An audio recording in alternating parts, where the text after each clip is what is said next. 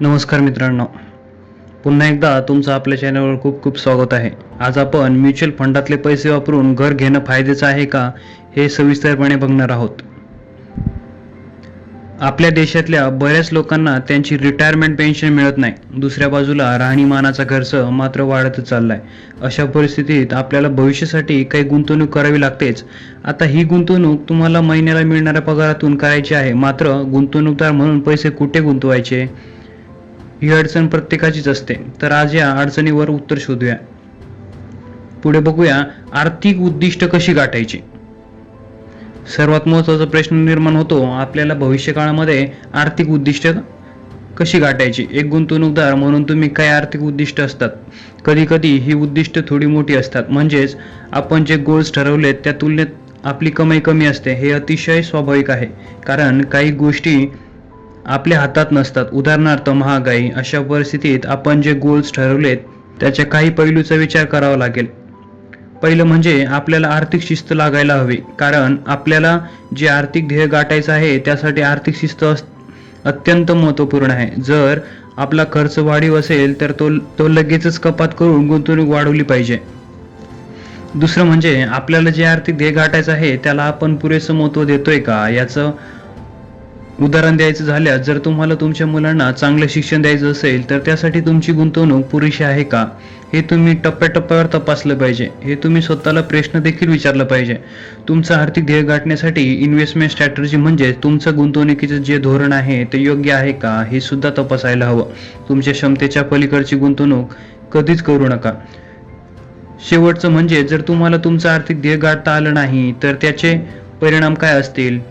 कर्ज काढून ध्येय गाठता येईल का, ते कर्ज परत फेडता येईल का हे देखील बघणं अतिशय महत्त्वाचं आहे. तर पुढे बघूया म्युच्युअल फंड होम लोन. प्रत्येकाचं एक स्वप्न असतं, ते म्हणजे आपलं स्वतःचं घर असावं.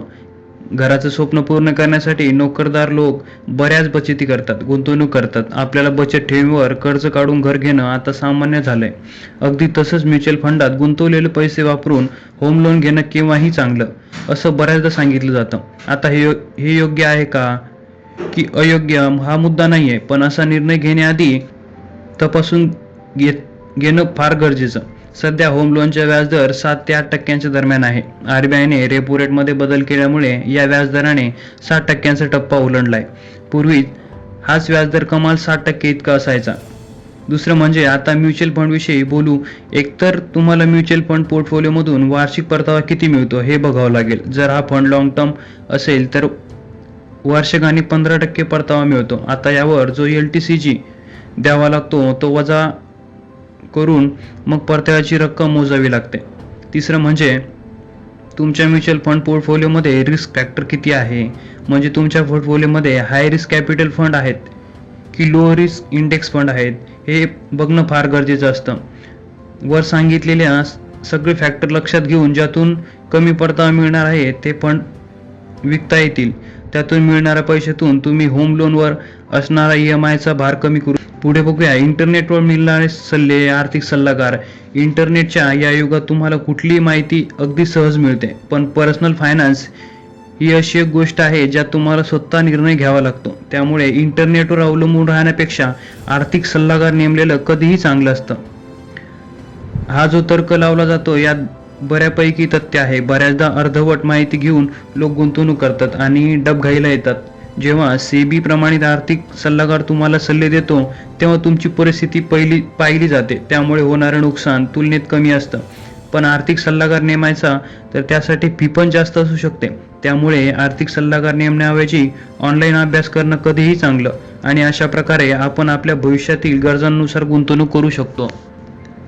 प्रॉफिट मिळवून देणारी कंपनी नेहमीच चांगली कामगिरी करते. शेअर बाजारात जे लोक गुंतवणूक करतात त्यांच्या मनात हा प्रश्न कायम घोळत असतो. एखाद्या कंपनीने तुम्हाला याआधी विंडफॉल प्रॉफिट मिळवून दिले की ती कंपनी भविष्यात सुद्धा असाच नफा देईल हे सांगणं कठीण आहे. या विषयावर बऱ्याच तज्ज्ञांनी PhD करून झाले तरी पण त्यांना या प्रश्नाचं उत्तर अजूनपर्यंत देखील मिळाले नाही. टाटा आणि रिलायन्स यासारख्या काही कंपन्या त्यांच्या सातत्याने चांगली कामगिरी करतात, पण इतर कंपन्यांच्या बाबतीत तसं घडत नाही. यात तुम्हाला वॉरन बफेटचा एक सल्ला लक्षात ठेवायला हवा. तो म्हणजे तुम्ही कंपनीचं नाही तर त्यांच्या धंद्यात गुंतवणूक करा. म्हणजे एखादी कंपनी कोणता व्यवसाय करते आहे, तिची क्षमता किती आहे, तो व्यवसाय लाभ मिळवून देणारा आहे का, हे पाहणं फार महत्त्वाचं आहे. वॉरन बफेटच्या यांनी सांगितलेल्या पद्धतीने गुंतवणूक करायची झालीच तर तुमच्या पोर्टफोलिओमध्ये नेहमी रिटेल सेक्टर असेल, कारण लोकसंख्या वाढली की किरकोळ उत्पादनांची निर्मिती आणि विक्री वाढतेच. रिटेल कंपन्यांचा बिझनेस होतो. याच वॉरन बफेटने सॉफ्टवेअर क्षेत्रात गुंतवणूक करायचं टाळलं, कारण सॉफ्टवेअर व्यवसायात असलेल्या मागणीविषयी स्पष्टता नसते, असं त्यांचं म्हणणं होतं. पुढे पाहूयात आर्थिक समस्यांबाबत जागरूकता बाळगणे. जेव्हा नवरा बायको दोघेही नोकरी करत असतात तेव्हा त्यांच्यापैकी एक जण गुंतवणूक करत असतो. ते दोघांपैकी एकटाच कमावता असेल तरी ती परिस्थिती सेमच असते, पण इथं एक मोठा धोका असतो.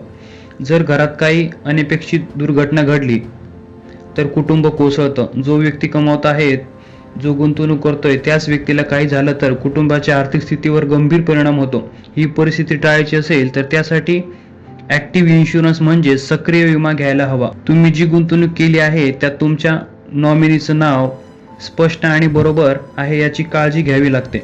जो व्यक्ती नॉमिनी म्हणून निवडलाय तो अल्पवयीन असेल तर सर्व नियम काटेकोरपणे पाळले पाहिजेच.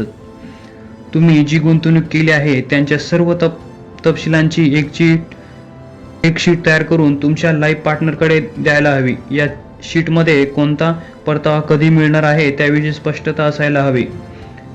तिसरं म्हणजे तुमच्या फायनान्शियल गोल्सविषयी संपूर्ण माहिती तुमच्या लाईफ पार्टनरला द्यायला हवी. तुमच्या आर्थिक सल्लागाराचे सर्व तपशील तुमच्या साथीदारांकडे असायलाच हवे. ही माहिती तुम्हाला कशी वाटली आम्हाला कमेंटद्वारे नक्की सुचवा. अजून या व्यतिरिक्त तुम्हाला जे व्हिडिओ पाहिजे असेल ते आम्हाला कमेंटद्वारे नक्की कळवा. धन्यवाद.